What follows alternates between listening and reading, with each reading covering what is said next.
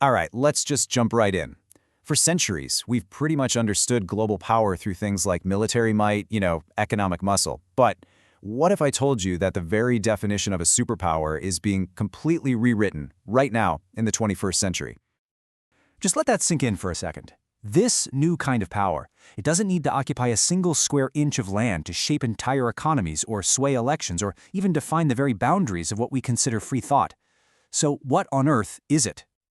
Well, this new power is built on a foundation that's completely different from the traditional nation-states we're all used to. It's kind of like an invisible empire, but its influence is absolutely everywhere.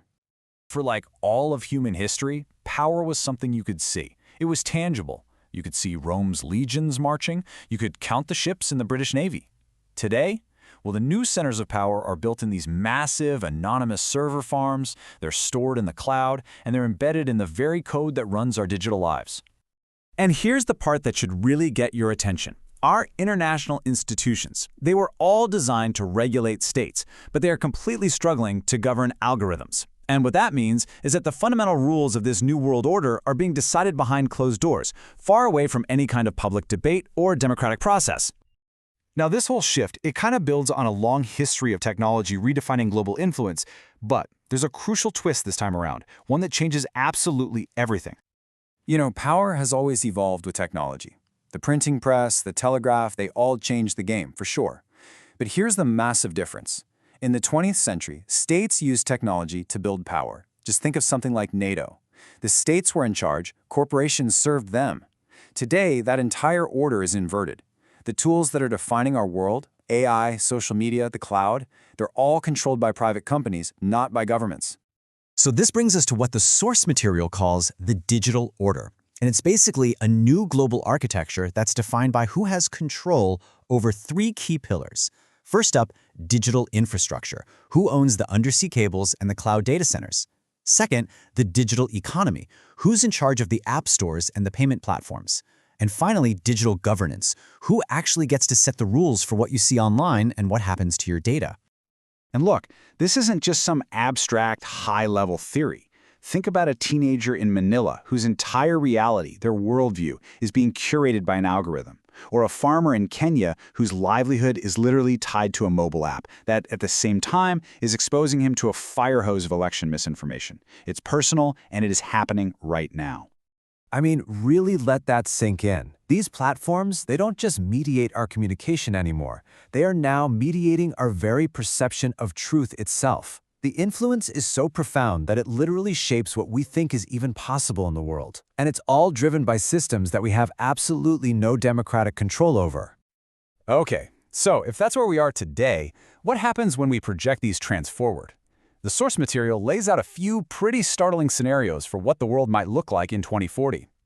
For one, imagine a future where just a handful of companies control the AI models that generate 80% of the world's news, entertainment, and even educational content.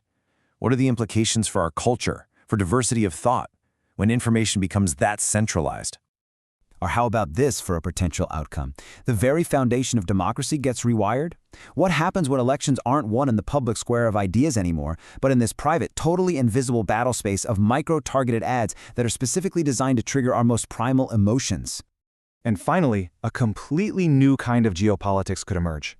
Forget just NATO or the EU. Imagine a NATO for the net, right? Where countries actually align themselves based on which tech ecosystem they belong to, creating brand new fault lines and new power blocks all across the globe. So this all leads us to the most important question of all. If this new power structure is here to stay, how do we manage it? How do we make sure it serves humanity instead of, undermining it? This is the core dilemma, isn't it? In the past, we had systems of checks and balances for state power, but what are the checks and balances for an algorithm? Ethics is no longer some side project for the tech department. It is the central battleground of the 21st century.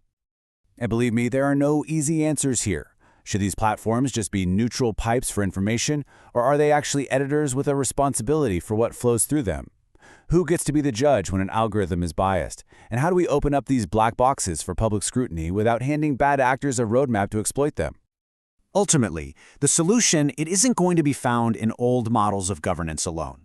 Just like the nuclear age required new treaties and new kinds of watchdogs, the digital age requires a totally new commitment.